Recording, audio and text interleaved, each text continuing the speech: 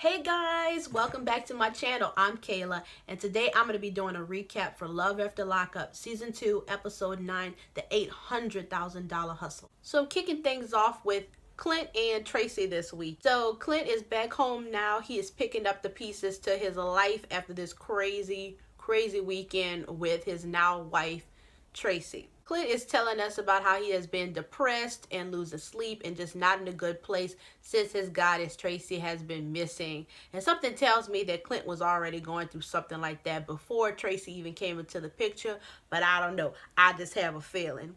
So Clint is about to meet up with his current boss slash ex-wife, Haley, I think her name was, and he is apprehensive and nervous about it because he already knows she's going to be the one to say, I told you so.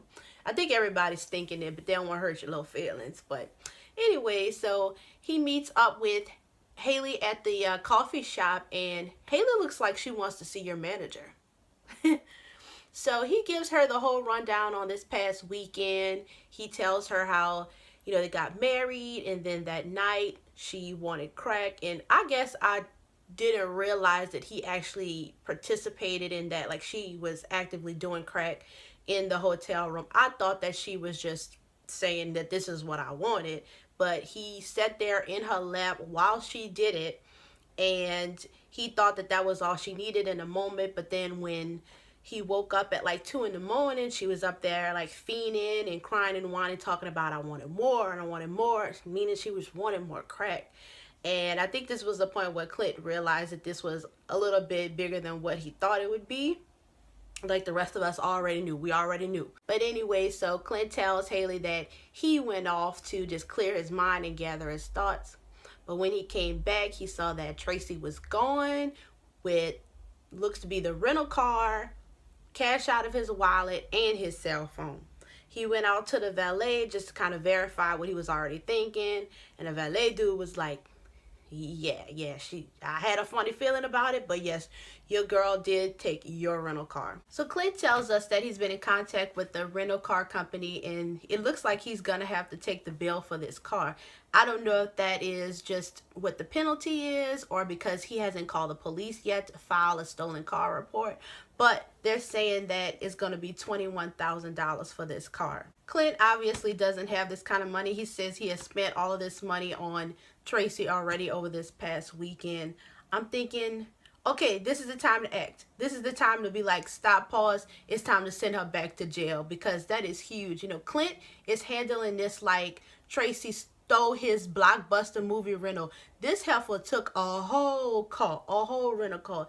Everybody knows that that's a huge deal. So she wasn't thinking about you when she did that and put you in this predicament. So I'm going to need you to think about yourself and get out of this situation. So Clint is up there talking to his ex-wife Haley about it and trying to be so-called optimistic, spitting this BS, talking about, well, she didn't leave me totally hanging dry. She took the car, and yes, she took my phone and all that, but I had $200 in cash in my wallet, and she only took $100. I mean, she could have done me a lot worse. And Haley is sitting there like, what? She doesn't say that to him, but she's sitting there trying to be a good listener, but she is in disbelief like the rest of us. Haley tells us that she feels like this was a con from the get-go, that Tracy was just looking for somebody to have her back financially and however else when she got out. Like maybe Tracy didn't have anyone to lean on, so she was securing her spot, securing the bag for when she got out of jail. She doesn't really love Clint. She just needed somebody to have her back. And now she has gotten out. Her drug use has gotten the best of her, in addition to her intentions already just to use him. And she doesn't want Clint to get in trouble for this. She's like, why should he go down for this? I don't want him on inmate.com, convict cutie. So Haley tells Clint, hey, if we can get a lawyer in to see you and talk to you about what are your options, will you do what you have to do to clear your name? And Clint just is crazy as ever. He's like, yeah, I will see somebody. In the confessional, Clint is like, yeah, I will seek some counsel on what to do, but I'm not going to pursue anything. Oh, Clint. Next up, Clint is meeting up with his mom in her big, beautiful house. Man, they are doing all right. And so he meets up with his mom, and I think she's still at this point hoping that he has gotten the picture after everything that has happened, that he would finally get that this girl is nothing but trouble. It has been, what, 48 hours and she's already missing. She's already done drugs. Like, what other signs do you need? And Clint continues to profess his love for her, that he's going to stick it out for her and do whatever for his goddess. And his mom is off on the side like, you know, Clint, I was willing to give her a try, give her a chance. But drugs, I didn't know it was drugs. You need to get this annulled. And Clint continues to resist and talk about how love conquers all. And I'm sitting there. Love conquers a lot of things, but love does not conquer crack. Okay? This is a very serious problem. You don't even realize how big of a problem you have stepped into. Clint has the opportunity to get away from this situation by annulling the marriage, which will basically take away almost all of his responsibility for this girl. Like, get it over with. His mom is trying to talk some sense into him. She's like, no, Dr. Phil says that if they're acting this way before, they'll probably act this way afterwards. Clint's mom continues to try to talk sense into him. She's like, look, you know, those looks, all of this that you are being bamboozled by, they're going to start to fade, and she's not going to look good anymore, and you're just going to have a crackhead on your hand. Then what? Now you're stuck with heartbreak, financial despair. She's trying to save her son from a lifetime of unhappiness and misery, and he is not getting the picture, and it's so sad. It's like, what has to happen? What else? This girl has stolen a car, done drugs, stolen cash from him, gone missing, all in like a 72-hour period. What else needs to happen?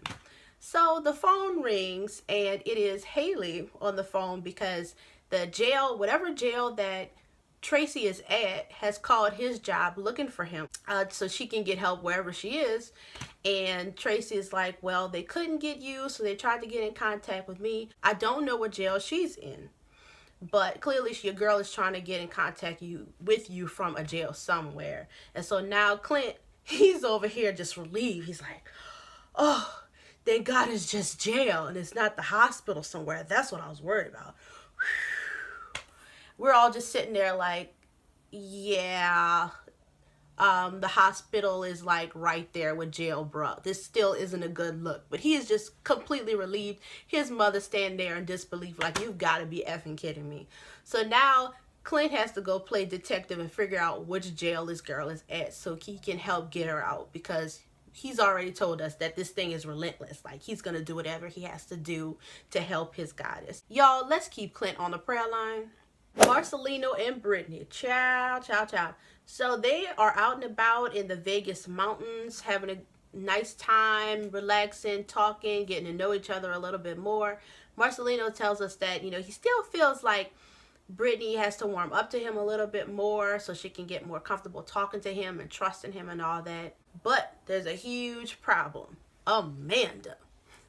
But he doesn't know about this just yet. So Brittany takes this opportunity to tell Marcelo about Amanda, about their friendship. So she starts off telling Marcelino about her relationship with Amanda, how Amanda still means a great deal to her.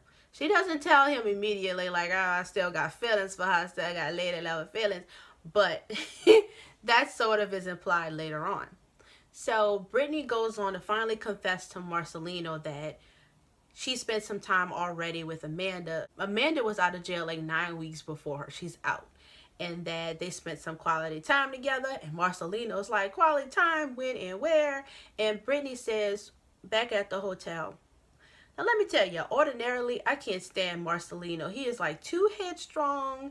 He thinks that things should be his way and his timing. And he has really annoyed most of us for the entirety of the show thus far. But this particular episode, he was right. Brittany tells Marcelino that her and Amanda spent some time at the hotel. And he's like, hold on. Where? What? The bed that we shared, the area that we shared, our special time together, you invited her to our space? Like, are you kidding me? And here's, you know, where Marcelino was right. Of course, he's going to lose it a little bit. But yeah, Brittany over here still trying to rationalize all of this and make sense of it. Like, that's my friend. That was my ex girlfriend or wifey in jail, she still means a lot to me. I don't see, she's like, look, I'm being honest with you, telling you what happened. I thought that was what I was supposed to do, that this was a good thing. And Marcelina's like, no, no, no, no, no, this isn't making sense. You invited her into our space. We're together now. That's your past. Like, stop trying to make sense of this. And Brittany's still over there trying to take up for herself and try to come off like she did the right thing, and she was wrong. She is very much wrong. I don't care what you say. It doesn't matter if it's with a male or a female. It's like, it's very inappropriate to invite an ex into your new space with your current man or woman. It's not right. So Brittany, you dead ass wrong for that. So Marcelino is so pissed off that he walks off, and he's going off on the cameraman. He's like, or the producer, like, I know you saw what was going on. I mean, he is all behind the productions, like, come on, you recorded this. You mean to tell me? I guess maybe he has some sort of camaraderie or friendship or whatever, buddy with the producers. And he's mad that these people didn't tell him what was going on. And I'm up there thinking, Marcelino, these people got a job to do, and making your situation look good and nice and easy is not a part of it. Their job is to watch all the drama unfold. Brittany just can't believe how upset Marcelino is, but he has every right to be upset. In her mind, she's really hoping that a trio could work out between her ex Amanda and her current boo Marcelino. Maybe that could work with some other guy. Like, I'm sure there's some guys that would totally be down for this trio throuple, but Marcelino ain't the one. And you would think that she would have realized that by now, that he is not the type of dude that would put up with that. So Brittany is going to have to come to this place where she has to either totally devote herself to Marcelino and be full on in and respect his mind on this, or she's going to have to be off on the side having this so-so whatever fantasy relationship with Amanda. I just don't see it working out where they're all going to be able to be friends. I don't think Marcelino will ever be okay with Amanda being in the picture. I don't necessarily blame him. I mean, she's told us, but she hasn't told him that she's still very sexually attracted to her. That is kind of a big deal. I wouldn't want nobody in my circle like that either. So we'll see what happens, but that's a recipe for a disaster with that. Scott and Lizzie and their kids, Adam and Jasmine, they're headed over to the church because Lizzie hasn't been in confession in about 12 years, however long she's been in jail, and she wants to do her confession. And she wants to just visit the church and see it because she is a born-again Christian. So they're heading to the church, and Scott tells the kid, y'all watch y'all mouth. Just be going to the house of the Lord, ain't all that cursing, watch y'all mouth. So they go into the church, and Lizzie is dressed like this. I said, I know the church tells you to come as you are, but not like that. Oh no, not with the tits out galore. I mean, don't get me wrong, that looks good for the club or whatever, but in the church, I don't think so, ma'am. So, but it's Lizzie who we dealing with. Lizzie, her reputation precedes itself, so I'm just saying we shouldn't be surprised. But damn, Scott could have told her to cover up. Damn, Jasmine, somebody, nobody told her you can't be going in these people's church like that. But anyways, so they go in the church, and it's beautiful. It looks like they've already had a wedding there, so the ambiance is kind of set up for what Lizzie is about to tell her daughter, Jasmine. So Lizzie pulls Jasmine aside to tell her about the good news. She pulls out a ring, and she tells Jasmine that Scott proposed and that they're engaged now. And Jasmine, of course, who is not supportive of this relationship at all, is like, are you sure about this? Are you kidding me? You don't think it's too soon? You think about this? Come on, mama. Come on, mama. And Lizzie's like, can we talk about this at another time? It's okay. We got And Jasmine is still trying to talk some sense into her mother, like, this is way too soon. You don't know them. You need to get on your own 2 feet. I don't understand what's going on. I thought we talked about this. And Lizzie just continues to just be like, hey, they right there, like, can we talk about this later? Like, just go along with it for now. Lizzie and Jasmine go back over to Scott and Adam, and Lizzie's showing off the ring like, bling, bling, look at it, Adam. And Adam is like, yeah, it's nice, whatever. And secretly, he's thinking, I hope, I mean, God, I don't know what this ring costs, but I hope that she's not trying to use my dad for her money. And we're all at home thinking your daddy ain't got no more money, so don't worry about that. Jasmine goes off and talks to Scott, I guess to feel him out, see what he's thinking about this engagement. She's still just saying, hey, you don't know her. You haven't taken her out on any dates. Scott is saying, hey, we were pen pals and we did have visitation days. It's been like 2 years. And Jasmine's like, that's all you got? That's all you got? Jasmine is not here for this relationship. She is still stuck on the fact that Scott aided and enabled her mother in jail. Like, that was a big part of the reason why Lizzie was still able to get access to drugs in jail. So that is a forever bad mark in Jasmine's mind. So we don't blame her for that, feeling that way. I would feel some type of way. However, the problem is Lizzie doesn't have any other choice. Jasmine can't really help her. She's a teenager. She can't really help establish a lifestyle for Lizzie like Scott potentially could if he stops blowing his money and just gets real with Lizzie about his financial situation. Maybe they have something they can build on. I could see if Scott was beating Lizzie's ass or something, or putting drugs right into her arm, but as it stands, Scott is all Lizzie has right now. Sleep with one eye open, continue to encourage her mother to become independent. But right now, Scott is what she got. So Jasmine, sorry. For now, you're just going to have to chill out about it. Scott is continuing to defend himself to Jasmine like, hey, I love her. I have the best intentions for her. And at the end of the day, we're doing this. It's going to happen. So sorry, Jasmine. So in the next scene, we see Lizzie is going to confession. Oh my God. I didn't even know they allowed cameras in confession, but they were there. And she tells the priest in the confessional about her schemes and different things she did. And I was like, you good, Lizzie, because I used to like confessional.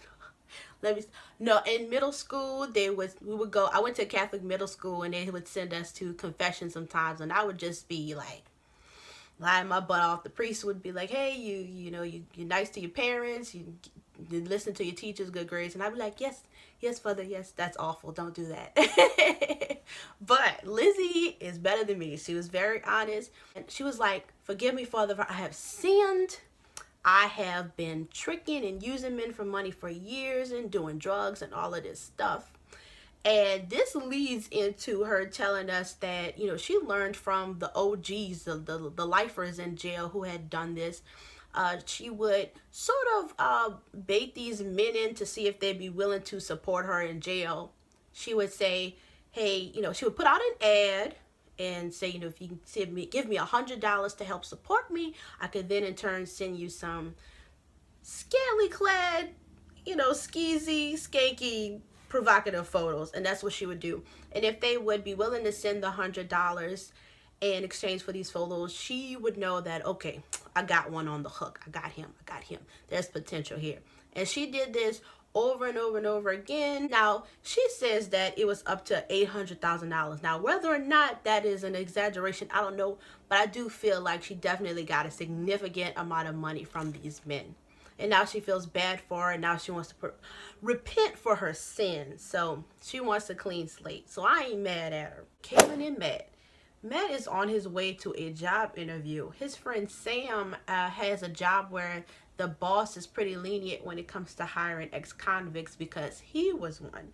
So Matt's friend Sam is gonna get him the hookup with an interview with his boss to see if he can just get on somewhere. I can already tell he doesn't really have like that work ethic that you want to see from somebody that's headed to a job interview. His friend Sam is saying, hey, you just want to do this for yourself anyway. Like, aside from Caitlin, like, you want to start building your confidence, and this will be good for you for money and for other things. So Matt gets to the job interview to meet up with Sam's boss, and Sam's boss is like, hey, you vouch for this guy? And Sam's like, yeah. So the manager of the construction company says, hey, Sam, get lost. Like, I just need to talk, me and him one-on-one.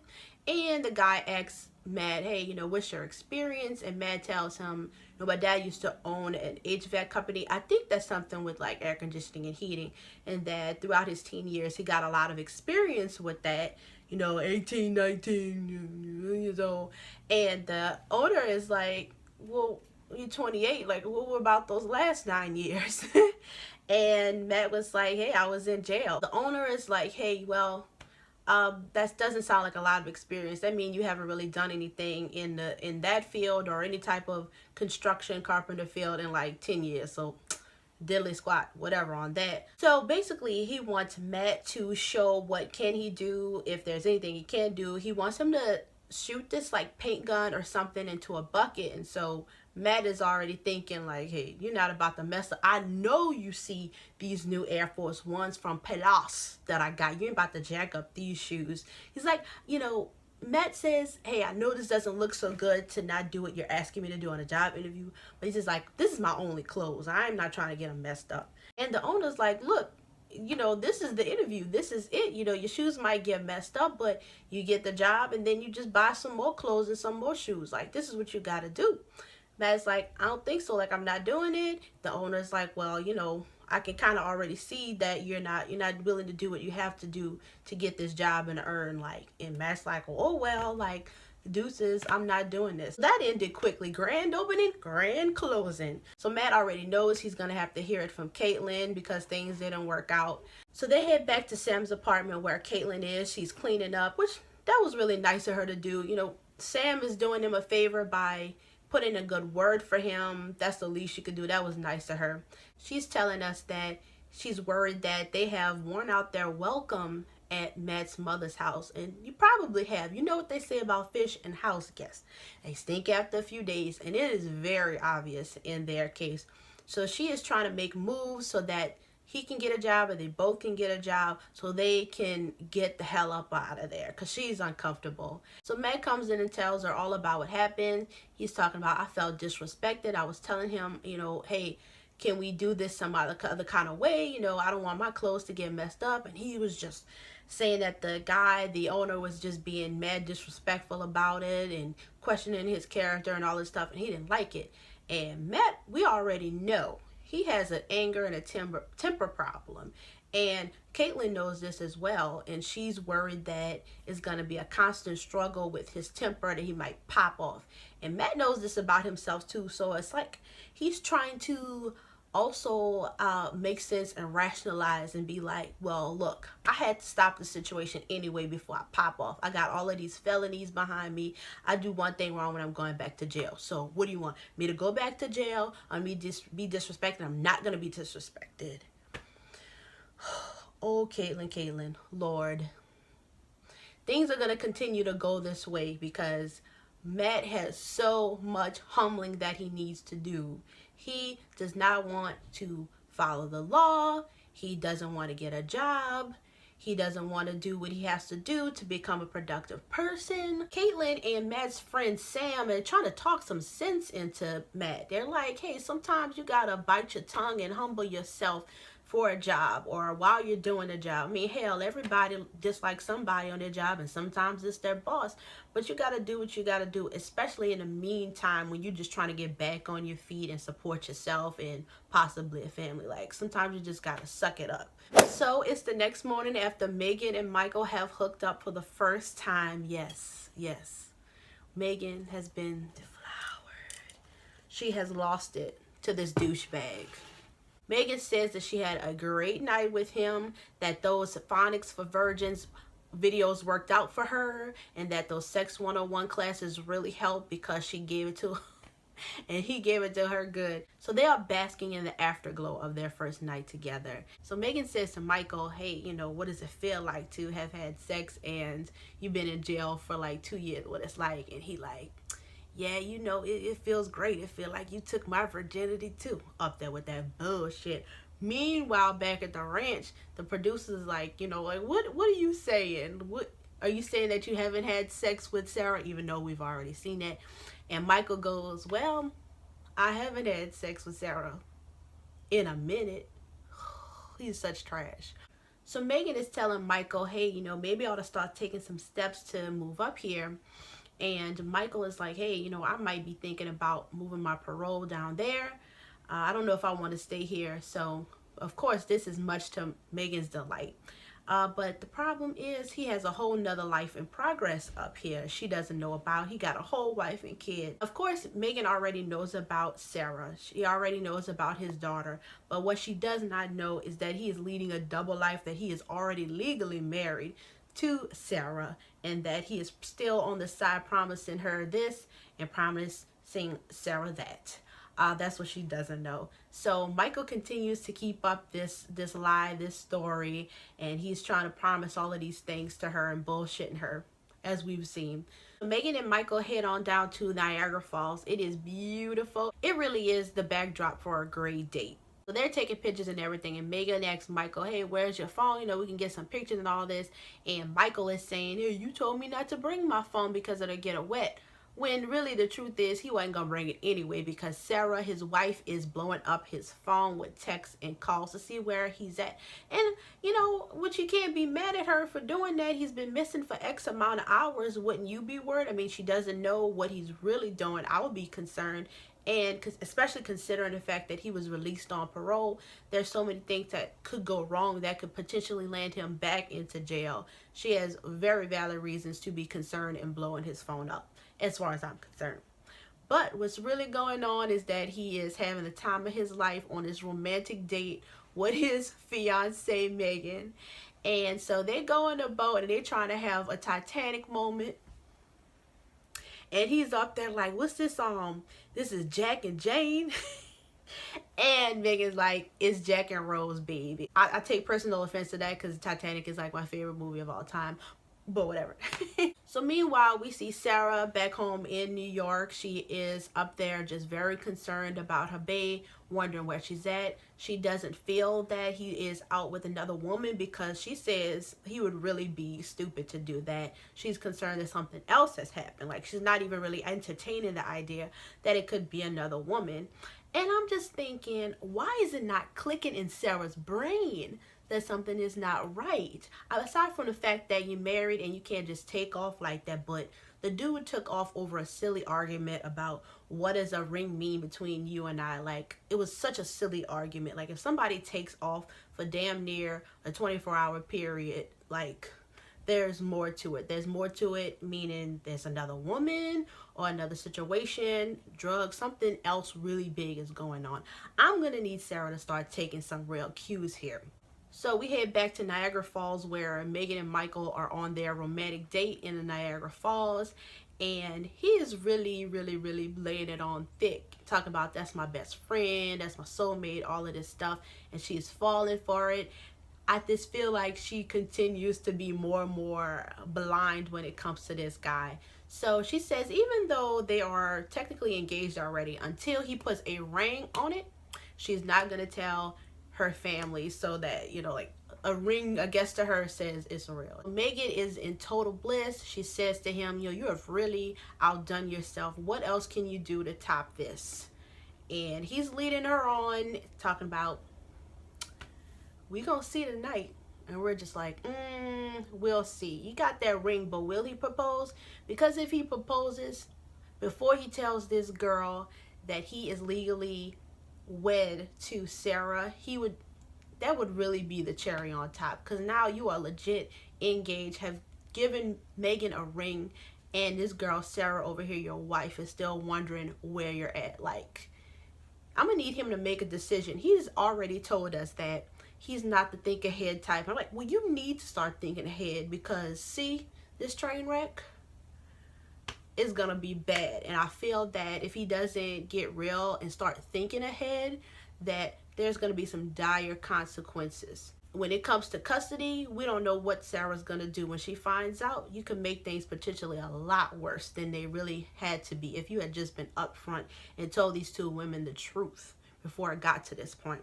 So they head back to the hotel, and Michael looks at his phone and he sees that Sarah has been blowing his phone up, not only to see where he's at, but for possibly very valid reasons. Sarah says that Michael's probation officer hit her up to see where he was at, and she didn't know what to tell him about his whereabouts. So Michael's like, oh snap. So he know issues getting real. Now, we don't know if she is just saying that to him to get his attention and get him to come back home. We don't know. But Michael's like, look, I can't take any chances. So he tells Megan that he has to go back home to deal with his probation officer. And much to Megan's disappointment, so she starts crying and whining. Oh my God, like they've been together for 5-10 years. But whatever, she doesn't know. She's in love or lust, whatever. We don't know yet. So now it's time for Michael to pack up and head home and face the music, be it with Sarah or Sarah and his PO. We shall see. Oh, man, good Lord. Megan, really, really, I can't believe you gave in to this BS. I thought you were a lot smarter than that. I hope you use protection at least. All right, so that's it for this episode. Thank you guys again for coming and hanging out with me and watching and listening. Thank you so much for your support. Come back next week and we'll talk some more trash about this show. This is like the best reality show on TV. I tell all my friends and family about it, and they are just like blown away by everything I tell them about. I'm like, no way. And I'm like, this is real. And every episode continues to get better and better. Thank you so much again for watching, and y'all have a great week. Bye.